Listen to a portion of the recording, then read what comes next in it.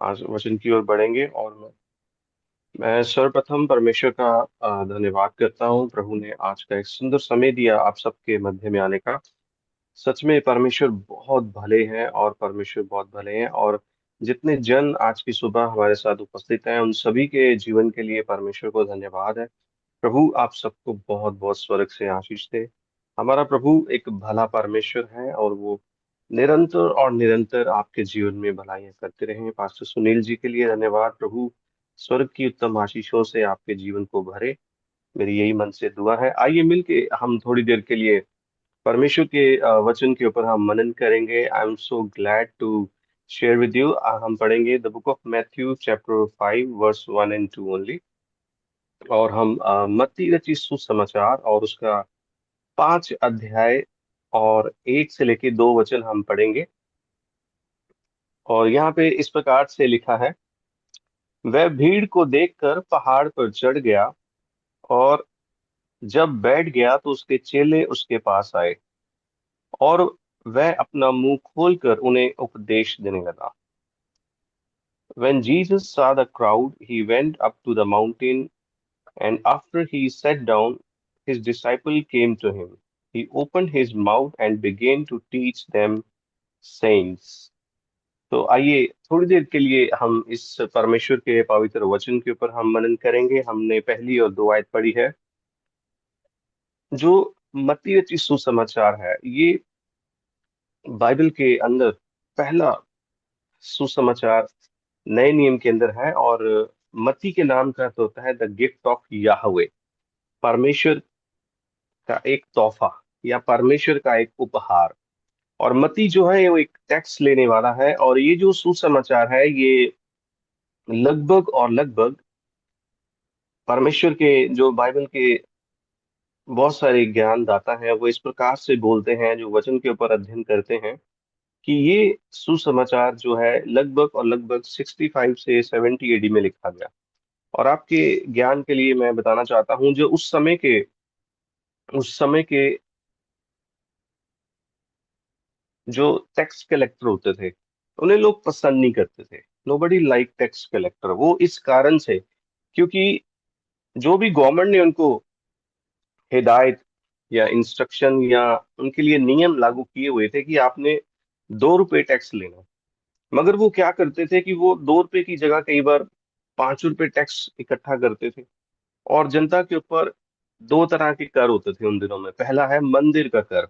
बहुत सारे यहूदी लोग, और आज भी जैसे हमारी कलीसियाओं में प्रथा है कि हमने परमेश्वर को अपनी जो भी इनकम है उसका 10% देना है, अपनी ताइफ देनी है, वो तो यहूदी लोग देते ही देते थे।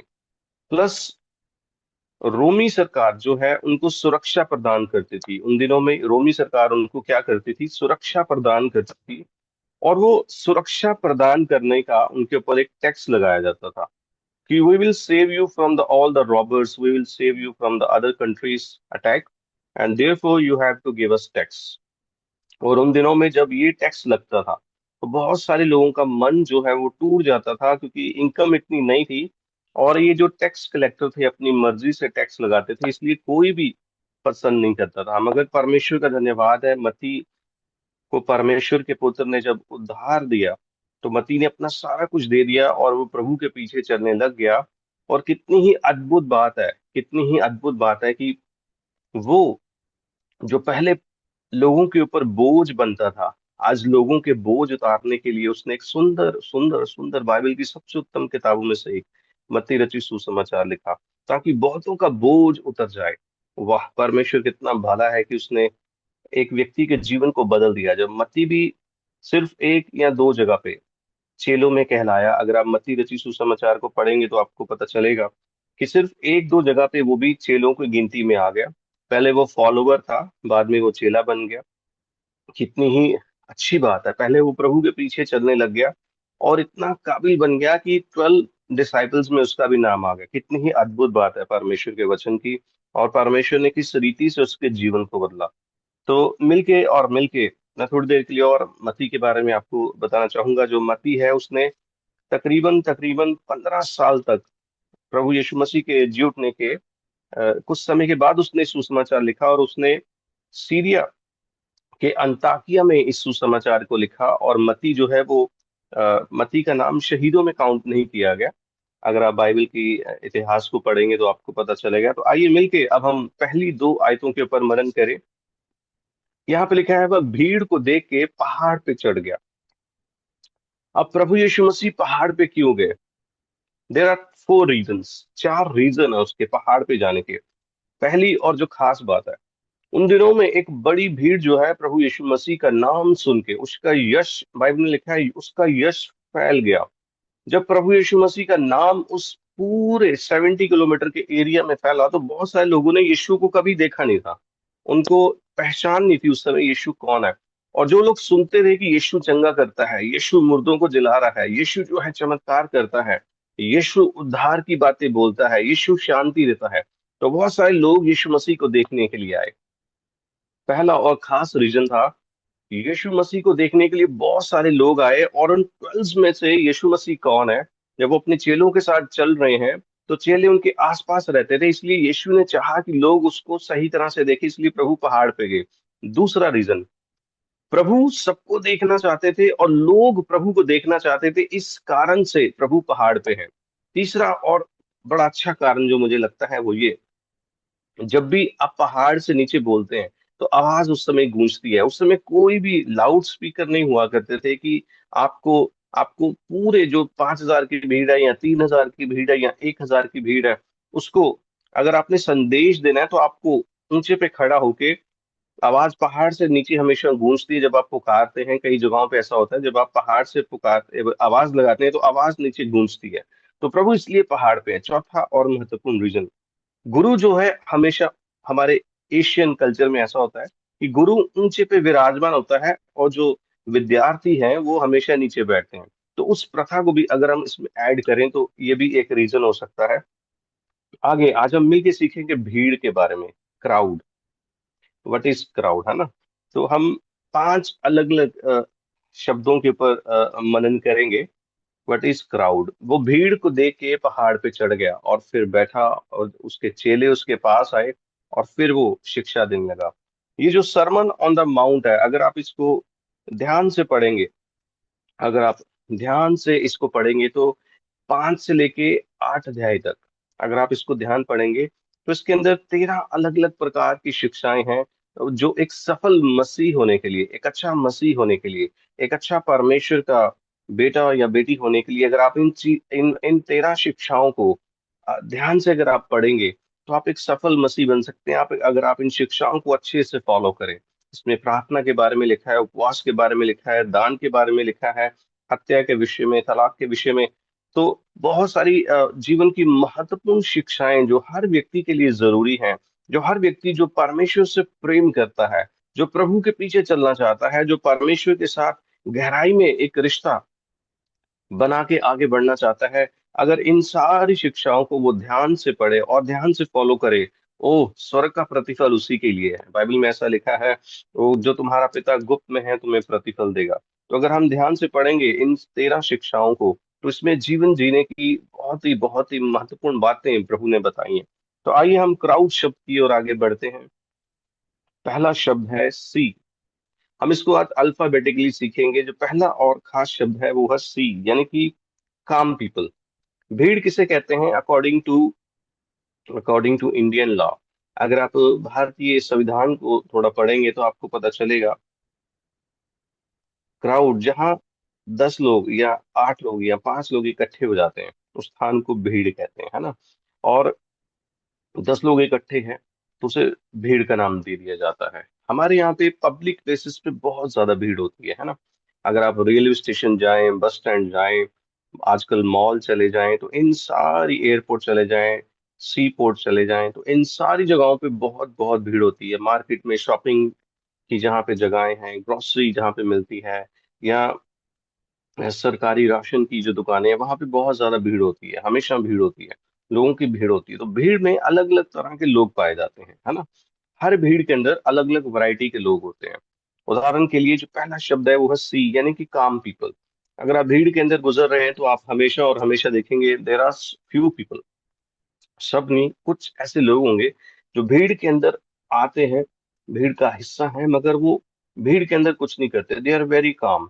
उदाहरण के लिए, वो ऐसे लोग हैं, वो भीड़ के अंदर तो हैं मगर उन्हें सिर्फ अपने काम से मतलब है, किसी से कोई मतलब नहीं, कोई लेना देना भी नहीं। एक तरह से ये अच्छा भी है और एक तरह से ये बुरा भी है। उदाहरण के लिए, किसी को चोट लगी, वो कहते हैं हम क्यों लफड़े में पड़े, हमें हमें क्या जरूरत है उसको उठाने की, उसको हाल चाल पूछने की, मेडिसिन देने की। बोलेंगे हमें क्या लेना देना यार, हमें चलो। अगर कोई बुजुर्ग व्यक्ति उनके पास आके बोल दे ये एड्रेस बता दो, तो वो कई बार ऐसा बोलते हैं हमें नहीं पता। I visited many metro cities, metro cities में ये सबसे ज्यादा मैंने देखा है कि लोगों के पास समय नहीं है। वो कहते हैं हमारे पास समय नहीं भैया। अगर वो बताते हैं तो कभी किसी को गलत बता देते हैं, बताते हैं तो प्रॉपर ढंग से नहीं बताएंगे, बोलेंगे हमें क्या फायदा हो रहा है इसको बता के। तो भीड़ में ऐसे लोग हैं जो सिर्फ अपने काम से काम रखते हैं, ये एक तरह की अच्छी बात है, मगर एट द सेम टाइम वो लोग इतने ज्यादा काम हो जाते हैं किसी के काम ही नहीं आते। दे विल से हमें क्या लेना देना। अगर कोई बुजुर्ग वहां गिर जाए, या अगर कोई बुजुर्ग उनको बोल दे बेटा मेरे पास आज 10 रुपए भी नहीं है, मैंने सुबह से कुछ खाया नहीं, वो बोलेंगे अपने बच्चों से बोल दे, हमें क्या लेना देना भैया, हमारे पास 10 रुपए नहीं है तुम्हें देने के लिए, हम रोज रोज कहाँ से पैसे देंगे।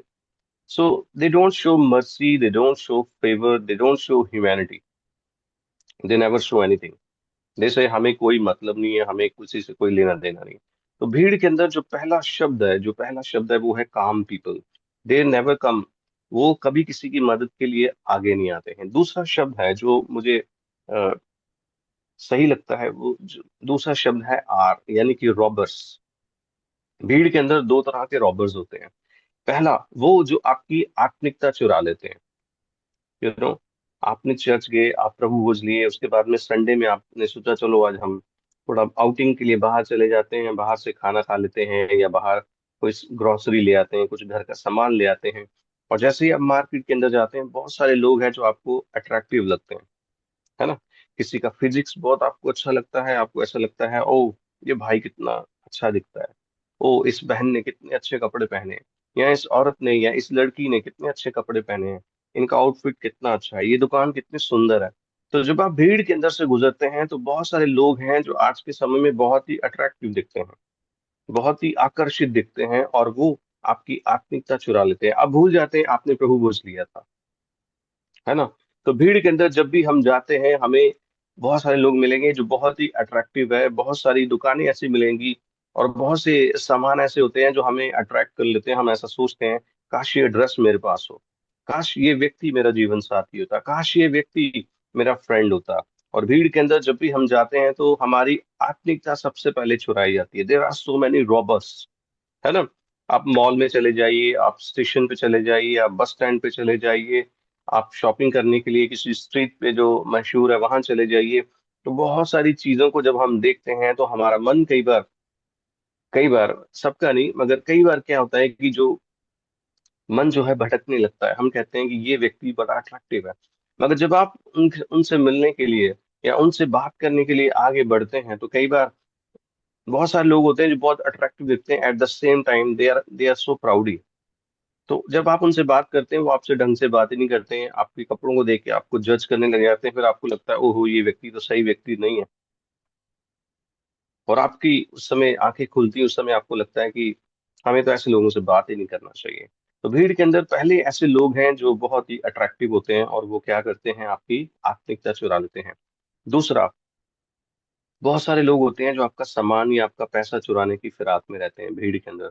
बहुत सारे लोग होते हैं जो इसी पक्ष से आते हैं। मैं दो इंसिडेंट आपको बताना चाहूंगा। एक बार मैं बॉम्बे ट्रैवल कर रहा था बहुत साल पहले, मेरे बुआ रहते हैं बॉम्बे में, तो मैं लोकल ट्रेन से जा रहा था। एक व्यक्ति बार बार मेरे पीछे खड़ा था, बार बार आके मेरे से टच हो रहा था।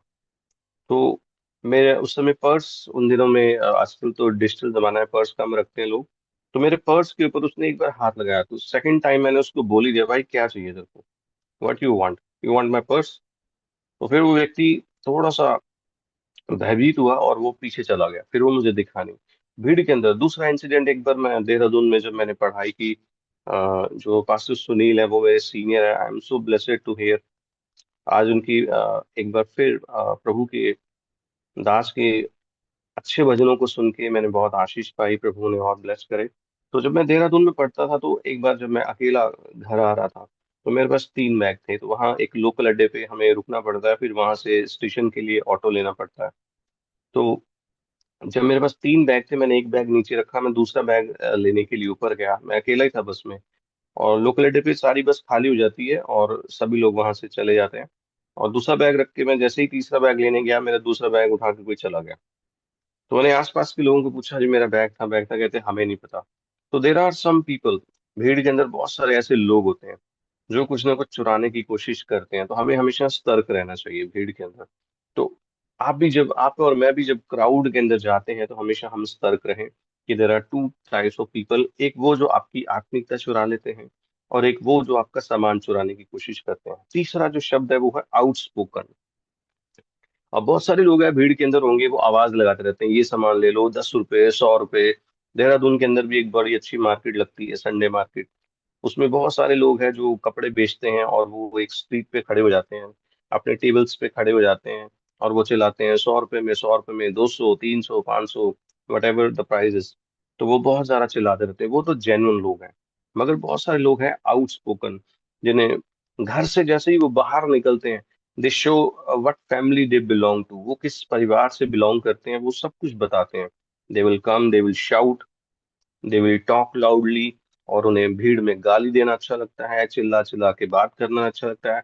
आप कई बार देखेंगे रेस्टोरेंट में भी, कभी भी आप जाते हैं वहां पे आप बैठते हैं, तो देर आर पीपल, वो जोर जोर से हंस रहे होते हैं, अपनी ही बातों में मस्त होते हैं, है ना, और वो नॉइस पोल्यूशन फैलाते रहते हैं। दे नेवर अंडरस्टैंड कि अदर लोग भी बैठे हैं, हमारी ऊंची ज्यादा ऊंचा बोलने से दूसरे लोग डिस्टर्ब हो रहे होंगे, वो उनको को फर्क नहीं पड़ता। दे शो देयर मैनर्स कि how loud they are, how good they are, and they always bring noise pollution. वो हमेशा और हमेशा नॉइस पोल्यूशन लेके आते हैं। पब्लिक में गाली देना उन्हें अच्छा लगता है, दोस्तों के साथ ज्यादा हंस हंस के बातें करना, किसी का मजाक उड़ाना। और बहनों के लिए भी कई बार ऐसा होता है कि अगर आप बहुत बहनें बहुत ज्यादा कई बार टॉक्टिव होती हैं, आ, अगर आप उनके पीछे चल रहे हैं तो जब तक आपकी शॉप नहीं आती आपको उनका डेली का शेड्यूल पता चल जाएगा कि वो क्या कहना चाहती हैं। या कीप ऑन टॉकिंग, बॉयज भी ऐसे हैं कई बार, और जो गर्ल्स हैं वो भी ऐसी हैं कि they keep on talking, keep on talking. भीड़ के अंदर वो बताए जा रहे हैं, और जहां तक जब तक उनकी शॉप नहीं आती, अगर आपकी पहली शॉप आ गई तो आपको पता चल जाएगा कि उन्होंने आज क्या किया।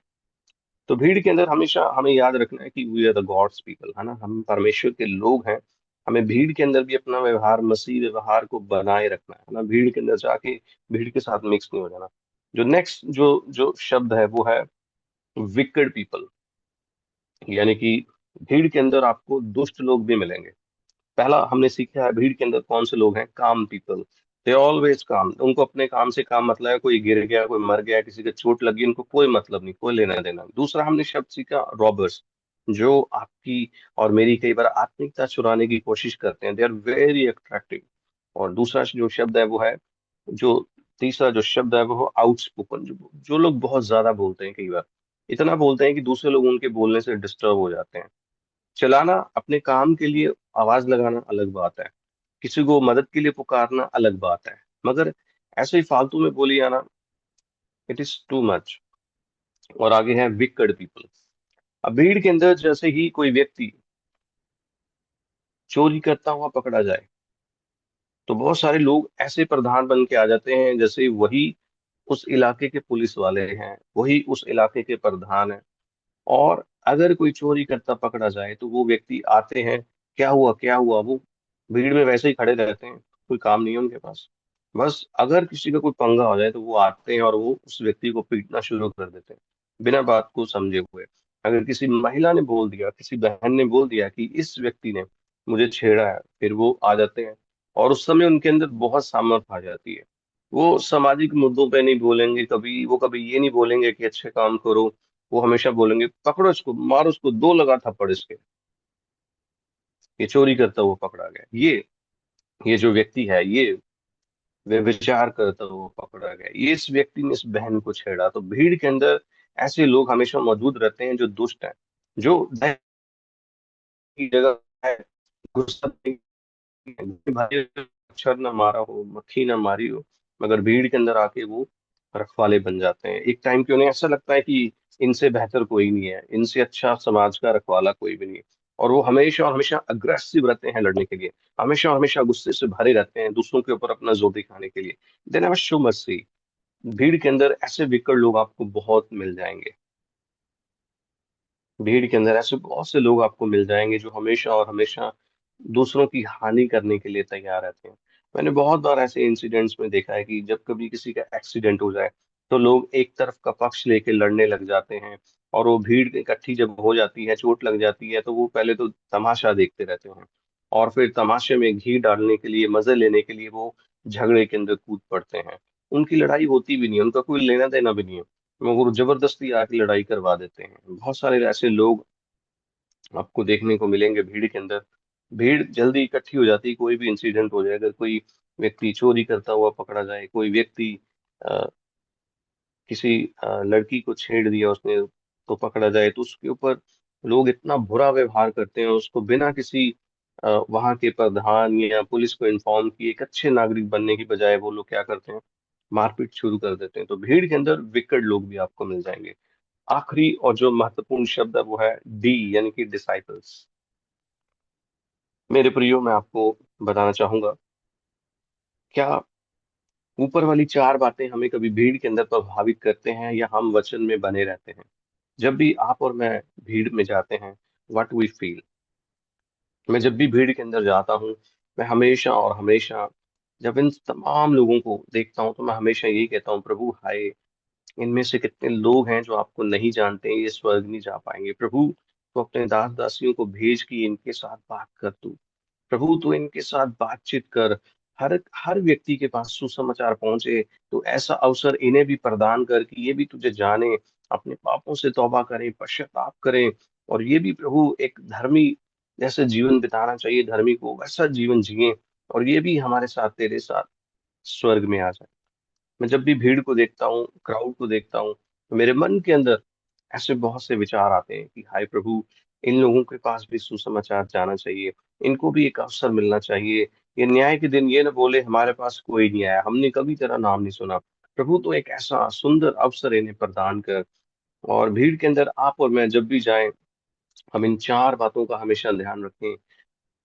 हमारी कोई आत्मिकता तो नहीं चुरा रहा है, या उस शहर की चमक धमक जो है, उस शहर का जो अट्रैक्शन है, हमें बाइबल के वचन से अलग तो नहीं करता है?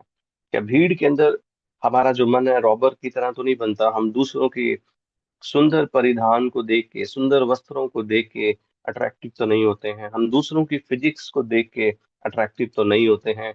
हम दूसरों के ऊंची शॉप को देख के अट्रैक्ट तो नहीं होते हैं? काश ये जगह मेरे पास होती, हम इसको ऐसा कर देते, वैसा कर देते, काश ये जगह मेरे पास होती, काश ये अट्रैक्टिव व्यक्ति या महिला जो है मेरा जीवन साथी होती, तो मेरा जीवन और भी आनंद से भर जाता। मेरे प्रियो, हमें भीड़ के साथ तो चलना है, मगर भीड़ का भाग नहीं बनना है। जैसे भीड़ के अंदर रॉबर्स हैं, जैसे भीड़ के अंदर आउटस्पोकन लोग हैं, जैसे भीड़ के अंदर विकट लोग हैं, हमें उनमें से एक नहीं बनना है कि हाँ, जैसे छोटा मोटा कोई अ, ऐसा समय आया कि आपका कभी कोई नुकसान हो गया तो आपने उठा और एकदम से उस व्यक्ति की पिटाई करनी शुरू कर दी, या किसी ने आपके बारे में कंप्लेंट अगर कर दी छोटी मोटी, तो आप एकदम से भड़क उठे और आपने गाली देना शुरू कर दिया। आप भूल गए कि आप एक प्रभु के बेटे बेटी हैं, आप भूल गए कि आप पवित्र आत्मा पाए हैं, आप भूल गए कि आपने कल ही प्रभु भोज लिया था और आज आप भीड़ के साथ हो गए। मेरे प्रियो, it's very easy to walk with the word, but it's very difficult to walk with the cross, है ना? प्रभु के साथ साथ चलना कठिन तो है, मगर नामुमकिन नहीं है मेरे प्रियो। हमें भीड़ का हिस्सा तो बनना है, मगर भीड़ के जैसे नहीं बनना, है ना? हमें अपने आप को हमेशा सुरक्षित रखना है मेरे प्रियो। हमारी आत्मिकता कोई ना चुरा ले। एक बार मैं मॉल के अंदर गया, और मॉल के अंदर बहुत लोग अजीब अजीब कपड़े पहनते हैं, और मुझे तो बहुत शर्म आई। मेरे साथ एक वरिष्ठ नागरिक थे, हमारे एक प्रिय अंकल थे। उन्होंने बोला कि यहाँ तो बहुत सारे लोग पास्टर जी आए हुए हैं। मैंने उनको बोला, अंकल, अपनी आंखों की एक्सरसाइज करनी नहीं, हमने हमने अपनी आंखों की एक्सरसाइज नहीं करनी। हमने प्रभु की ओर देखना है, अपने मन को संभाल के रखना है। कहीं ऐसा ना हो हमारी आत्मिकता चुरा ले। हमने प्रभु खोज लेना है, हमने परमेश्वर के पीछे चलना है। हमें ऐसा नहीं करना है कि हमारी आत्मिकता खराब हो जाए। अब जब भी और जब भी पब्लिक प्लेसेस पे जाएं, हमेशा और हमेशा प्रभु के वचन के ऊपर मन लगाएं। हमेशा ये सोचें, कैसे मैं इनको प्रभु यीशु मसीह का वचन सिखा सकता हूँ, कैसे मैं एक अच्छे उदाहरण इनके लिए बन सकता हूँ, कैसे मैं अपने स्वभाव के द्वारा अपने प्रभु को प्रकट कर सकता हूँ। आप अवसर ढूंढें उस समय। अगर आपसे कोई मिलता है, आपसे बातचीत करता है, प्रेम से बात करें, आराम से बात करें। आपकी जो सहनशीलता है, आपका जो पेशेंस है, आपकी जो अंदर प्रभु का प्रेम है, वो भीड़ के अंदर प्रकट हो।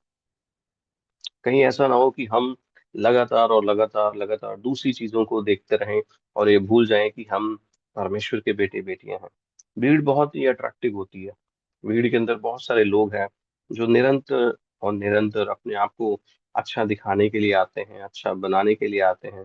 और बहुत सारे लोग हैं जो आत्मिकता को खो देते हैं और फिर वो नेक्स्ट संडे जाके फिर कहते हैं, प्रभु क्षमा कर, प्रभु क्षमा कर, प्रभु क्षमा कर। तो मेरे प्रियो, जब भी आप अब से पब्लिक प्लेसेस पे जाएं, अपने आप को संभाल के रखें। बाइबल में ऐसा लिखा है कि तुम्हारा चाल चलन और तुम्हारा आत्मिक जीवन प्रभु के आने तक सुरक्षित और निर्दोष रहे। पौलुस ये लिखता है, हमें अपने आप को निर्दोष और अपने आप को पवित्र बनाए रखना है ताकि हम स्वर्ग राज्य को देख सकें। तो 5 बातें हमने सीखी हैं। पहला है काम पीपल, जो किसी के काम नहीं कभी आते।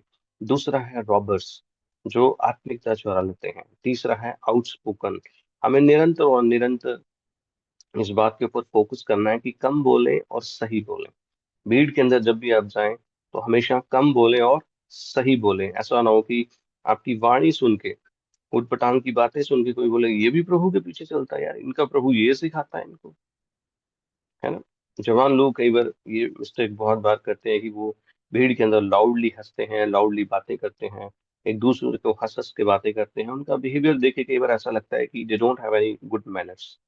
तो हमें ये दिखाना है कि हम प्रभु के परिवार से आते हैं, है ना। नीति वचन में भी बहुत बार ऐसा लिखा है कि अगर मूर्ख भी चुप रहे तो वो बुद्धिमान कहलाता है। तो हमें हमेशा याद रखना है बाइबल की बातें क्या कहती हैं। और तीसरा है विकट लोग, जो हमेशा दुष्टता करने के लिए तैयार रहते हैं।